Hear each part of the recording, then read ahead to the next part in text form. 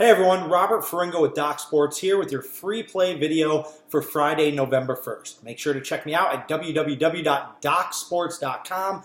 That's docsports.com. Happy Friday to everyone. Hope all is well. I will get to your free play in a minute. Just want to give you a quick rundown on what I have going on today and this weekend over at Doc's Sports. Coming off a tough night on Thursday, lost my 7-unit play on San Francisco. Tough beat there.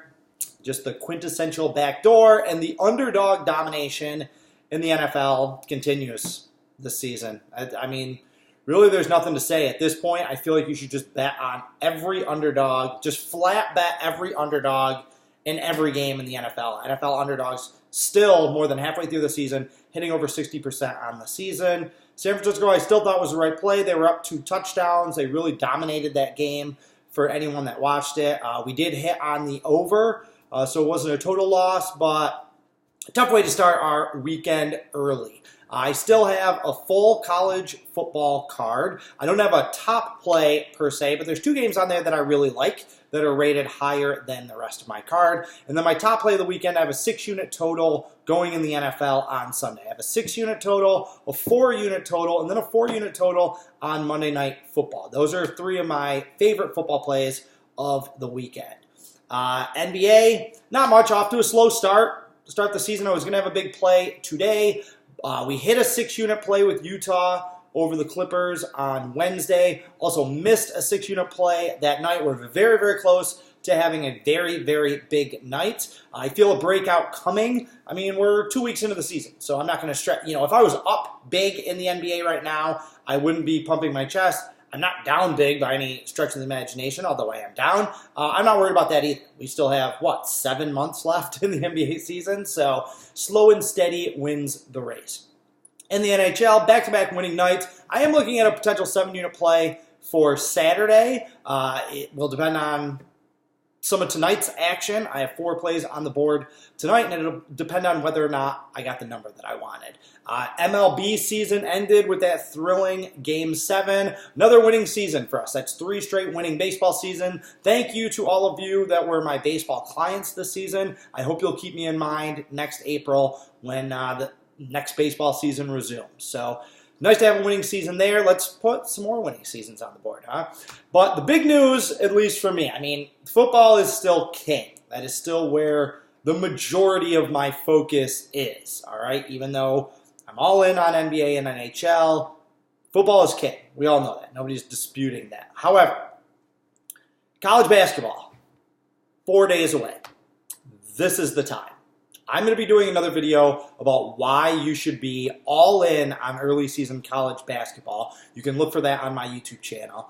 But this is it. The season starts Tuesday, and I am absolutely ready. I bet I can tell you 90% of my picks for the first 2 weeks of the season right now.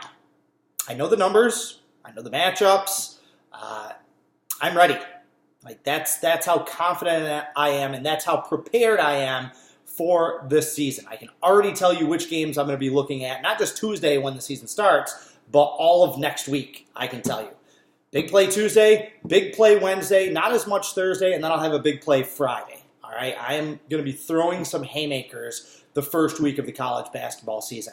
And why not? This is my number 1 sport. I've said it before. There's no one, anywhere, in any sport, at any time that has created more profit for their clients than I have with my November, December college basketball selections over the last 13 years. The numbers, you won't believe me when I tell them to you, but they are 100% accurate and verifiable. All right? 12 of 13 winning non-conference years. That's from the start of the season to January 1st. 1 year I did not make a profit. The other 12, I made a lot of profit. There were some seasons in there, I think 3 times in those 12 winning years, where I actually doubled my clients' bankrolls before the end of the non-conference season. That means they were $100 bettors were up over $10,000 within the first 7 weeks of the season. Okay? Nobody else can do that. I can do that. I have done that. Not just once. It wasn't just one big year. I have done that multiple times. I have 38 of 54 winning months betting college basketball. All right, the season is 1, 2, 3, roughly 5 months, okay? So for the last 10 years, I have shown a profit, on average, about 4 out of every 5 months in college basketball, all right? I am hitting, on my plays rated 4 units and above, I am 334 wins versus 210 losses. That is 61.4% winners over 550 plays. All right, that's not going 6-10 and pumping my chest about a 60% run. That's not even going 62 out of 100 and pumping my chest about a 62% run. That's 550 plays. I have hit over 60% on my top plays. Okay, that's no joke. Like I said, nobody else out there can do that. And I'm very excited to do it again this year. My average early season profit, my average profit for November and December college basketball, even including the one losing year in the 13 years, is $4,900, which means sign up for my college basketball service, and on average, you stand to make somewhere between $4,000 and $5,000.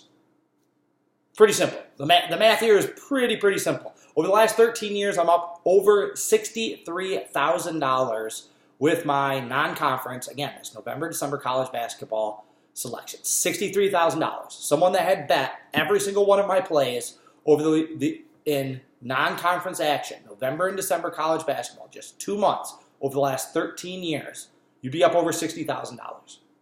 And I'm going to do it again this year. I'm going to have a big college basketball season. I've never been so confident about anything in my life. And in fact, it's one of those things where struggling a little bit, like the bad beat last night, a couple other bad beats last week in football. I'm up over $1,000 over the last 2 weeks in football, but it still should have been much more. Lost 2 games by half a point and then had 2 other backdoor losses last week. Some of these losses, that when they happen like this in a cluster like this, it's kind of like a slot machine. You ever play the slots? Right before the big payout, what does it do? It just chews up your money. It's loss. Jackpot. And that's what I feel is coming. I really do. So I'm very excited about Tuesday. That is where a lot of my attention is going to be, even all this weekend. My plays are in and available.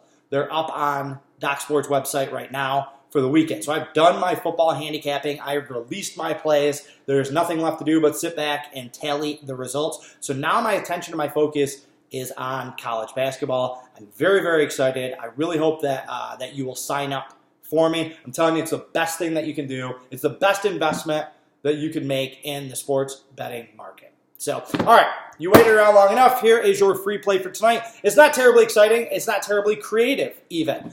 But we're going to take San Antonio in the NBA, number 581. We're taking the Spurs -7 over Golden State. Now, normally, when a team loses a star player in the NBA, you instantly want to bet on that team. It's one of those very counterintuitive things about betting, but it has held true for decades. Okay, team loses a star player, bet on that team. Not in this instance. Steph Curry broke his left hand. He is out for an indefinite amount of time.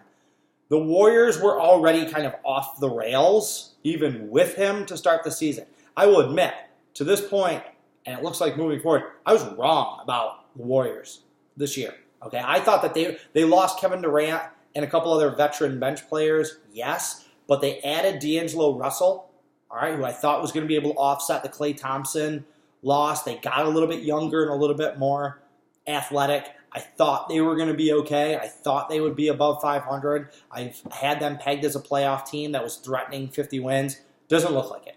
Does not look like it. They have been a debacle, and now they lose Steph Curry. They are not going to handle this well, all right? Because now you're talking about a team, no Steph Curry, no Durant, no Klay Thompson, no Andre Iguodala, no Sean Livingston. Some of their veteran big men from the last few years have moved on. This is not the same Warriors team. They are Warriors in name only. And even Draymond Green, the one holdover, he's hurt. His back is hurt. He's probable for tonight. I think he'll play, but he's not 100%. San Antonio, they are not going to take it easy on Golden State. Not even a little bit. They are coming off a loss last night against the Clippers. They do not want to get swept in this back-to-back out in California. They are going to be focused. They are better defensively. They will pound the Warriors on the inside, where Golden State is very, very vulnerable. The Warriors have no plan B for playing without Steph Curry, a guy that they run so much of their offense through. So I don't see any way that this isn't a double-digit loss for the Warriors. They've had several of them, including Wednesday night's game against the Suns. If the Suns can roll into Golden State and beat them by 11 points, I think San Antonio can do it as well. So I'm taking I'm taking the Spurs tonight. Lay the points against the Warriors. That's it. Again, happy Friday to everyone. I will be back with another free play video tomorrow, actually. Rare weekend free play video for you. And then I will be back with another daily free pick on Monday. Enjoy your weekend, everyone. Carpe diem, and good luck.